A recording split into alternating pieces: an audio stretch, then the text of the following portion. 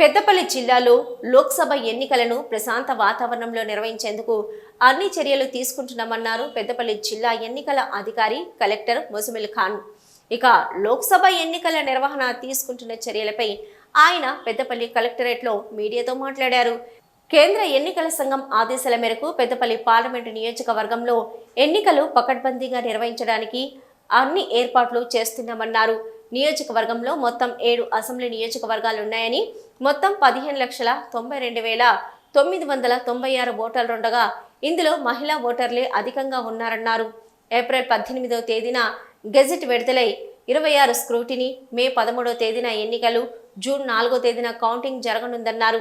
85 సంవత్సరాలు పైబడిన వారు ఇంటి నుంచే ఓటు వేసే విధంగా హోమ్ ఓటింగ్ నిర్వహిస్తున్నామన్నారు.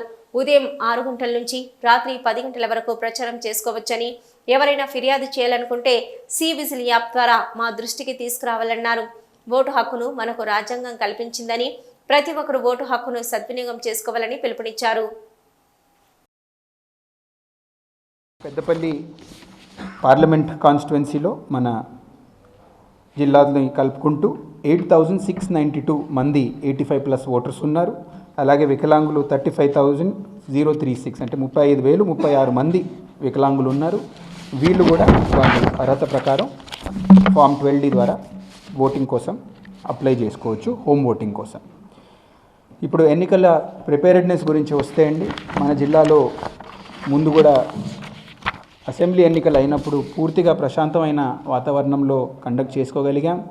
దీంట్లో పూర్తిగా సహకరించిన పోలీస్ శాఖకి, రెవెన్యూ శాఖకి, ఇతర మున్సిపల్, పంచాయతీరాజ్ ఇటువంటి వివిధ శాఖలకి నా ప్రత్యేకమైన ధన్యవాదాలు తెలుపుకుంటూ, చాలా ముఖ్యంగా మా ప్రెస్ మిత్రులకి కూడా ధన్యవాదాలు తెలుపుకుంటున్నాను.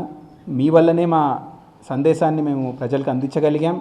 పూర్తిగా ప్రశాంతమైన వాతావరణంలో ముందు అసెంబ్లీ ఎన్నికలు కూడా చేసుకోగలిగాం. అటువంటి కోఆపరేషన్ ఈసారి కూడా ఉంటుందని పూర్తి నమ్మకం ఉంది. ఖచ్చితంగా ప్రెస్ ద్వారానే మేము ప్రజలకి కొన్ని అంశాలు అందించబోతున్నాం.